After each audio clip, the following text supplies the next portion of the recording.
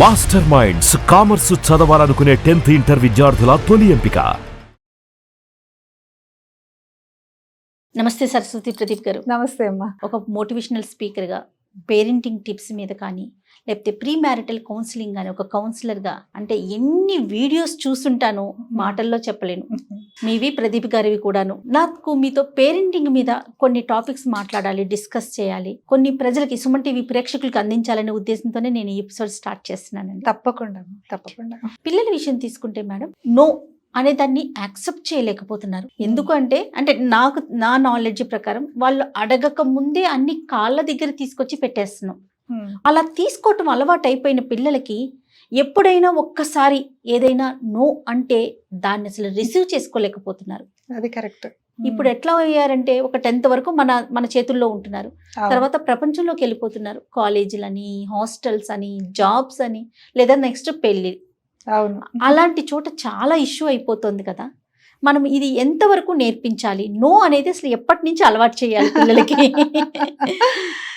No అంటే no అని, no అంటే నోనే అని. మామూలుగా అయితే ఫస్ట్ అన్నం పెడుతున్నప్పుడు వాడి నోట్లోంచి వచ్చే ఫస్ట్ పదమే నో, వద్దు వద్దు నో అని.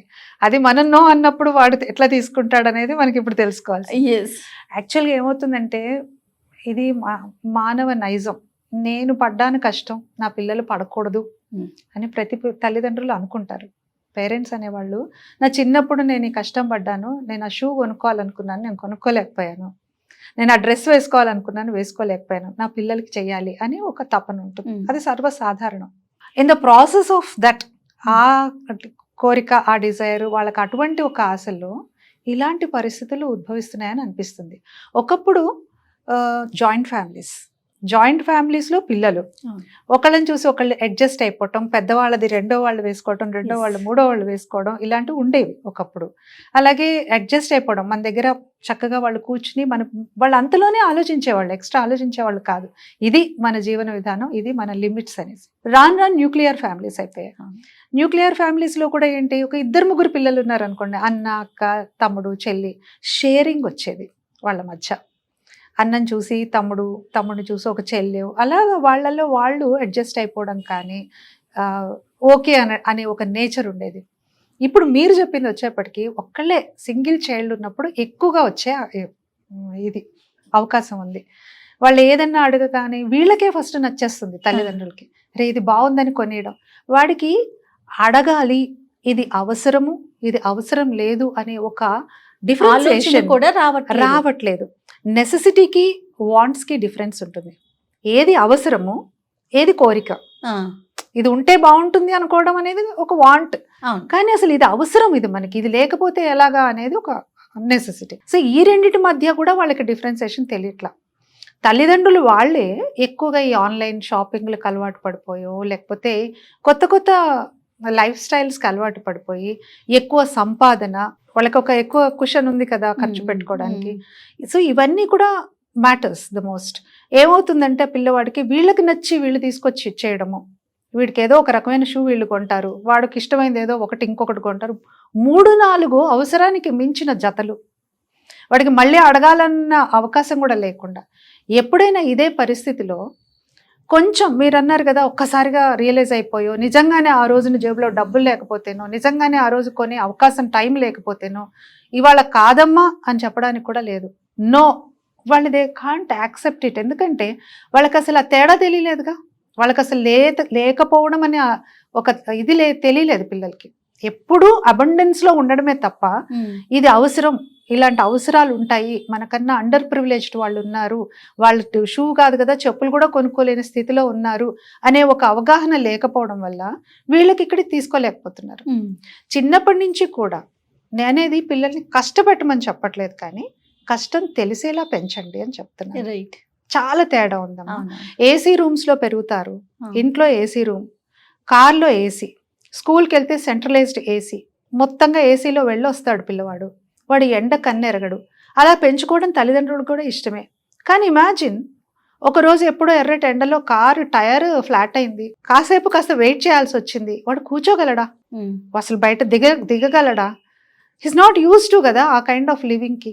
కష్టపెట్టమనట్లా, అట్లీస్ట్ ఎప్పుడన్నా ఒకసారి బాబు ఇలా ఉంటుంది లైఫ్, పక్కన లేని వాళ్ళకి ఇలా ఉంటుంది, ఉన్న వాళ్ళకి ఇలా ఉంటుంది అనేది ఒక ఎక్స్పోజర్ తల్లిదండ్రులే ఇవ్వాలి ఫస్ట్.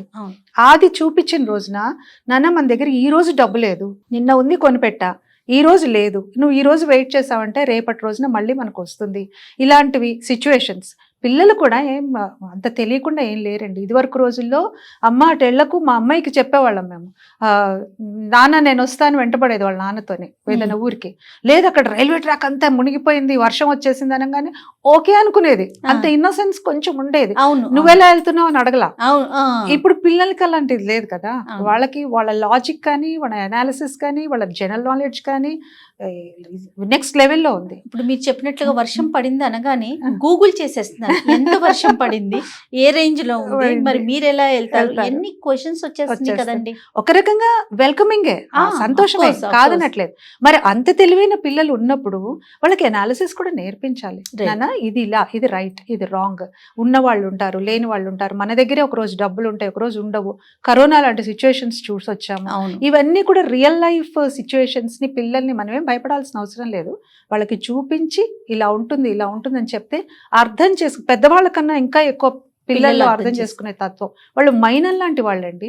మనం ఎలా మలిస్తే అలా ఇప్పటికి కూడా మీరు చూడండి ఎంతమంది పిల్లలు ఎక్సెల్ అయిన వాళ్ళు, 4 ఏళ్లకే వరల్డ్ రికార్డ్స్ చేసిన వాళ్ళు ఉన్నారు కదా. సో ఇట్లాంటి పిల్లలు మంకు పట్టే వాళ్ళు, నో అంటే వినకుండా కావాలని పేచి పెట్టే వాళ్ళకి కొంచెం ముందు నుంచే అవగాహన తల్లిదండ్రుల్లోనే బేసిక్గా రావాలి అని చెప్తున్నాను. ఎందుకంటే మీరు అన్నట్టు 10th తర్వాత వాడు హాస్టల్కి వెళ్తాడు, లేకపోతే హైయర్ స్టడీస్కి వేరే ప్లేస్కి వెళ్తాడు. అక్కడ వాళ్ళు చిన్న ఫెయిల్యూర్ని కూడా యాక్సెప్ట్ చేయలేదు. చిన్న ఇక్కడ వచ్చింది వీడు చేసిందే గొప్ప అనుకున్న దగ్గర నుంచి నువ్వు 3rd place లో ఉన్నావు, 4th place లో ఉన్నావు అన్నా కానీ కూడా తట్టుకోలేకపోతున్న స్థితిలోకి వస్తున్నారు. మీరు షో మొదట్లోనే ఒక మాట చెప్పారు, అక్క అంటే మన ముందున్న వాళ్ళ దగ్గర నుంచి మనం వస్తువులు తీసుకునే. నేను ఎగ్జాంపుల్ చెప్తాను. నాకు 2 అక్కలు. పెద్దక్క వాడింది రెండో అక్క వాడిన బ్యాగ్ నేను. అట్లా ప్రతిదీ షేరింగ్. అంటే పైనుంచి కింద దాకా ఆ షేరింగ్ అనే ఒక క్వాలిటీ తెలియకుండా ఆటోమేటిక్ గా జరిగిపోయేది. అక్కడ క్వశ్చన్స్ లేవు. అంతే. అక్కది నేను ఎందుకు వాడాలి, లేదా చెల్లిది నేను ఎందుకు వాడాలి అనే క్వశ్చన్ లేదు. తను వేసుకున్న బట్టలు తనకు టైట్ అయిపోతే నెక్స్ట్ నా తర్వాత మా పిన్ని పిల్లలు, పెద్ద, అట్లా కజిన్స్ కూడా ఫాలో అయ్యేది. కానీ అసలు ఆ సిస్టమ్ ఎక్కడుందండి? మీరు అన్నట్టు ఒకళ్ళే ఉంటున్నారు, సింగిల్ చైల్డ్స్.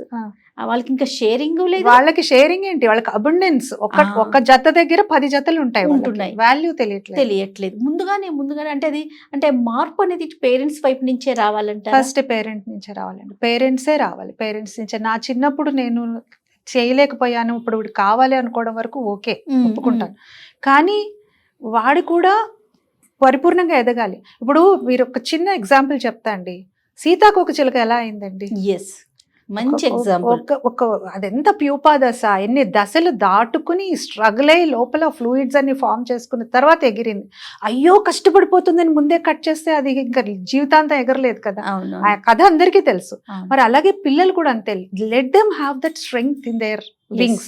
వాళ్ళ ఆలోచనల్లో కానీ, బాడీలో కానీ, అన్నింటిలో కూడా ఆ స్ట్రెంగ్త్ వాళ్ళకి రావాలి అంటే వాళ్ళకి ప్రతిదీ ఆ స్ట్రగుల్ కానీ, ఆ కష్టం కానీ తెలుసుకుంటే. అంటే ప్రెసెంట్ అంత నేర్పించట్లేదు అంటారా మీ ఉద్దేశం? ఎందుకు నేర్పించట్లేదండి? చాలా మంది నేర్పించే వాళ్ళు ఉంటారు. కొన్ని చోట్ల మీరు చెప్పింది ఇప్పుడు ఏది మనం ఏ టాపిక్ మాట్లాడినా జయలక్ష్మి గారు, అది కొంత శాతం వరకే. మొత్తం 100% ఇలాగే ఉన్నారు ఇప్పుడు పేరెంట్స్ అనడానికి లేదండి. నేను నా చుట్టూ ఎంతో మందిని చూస్తున్నాను.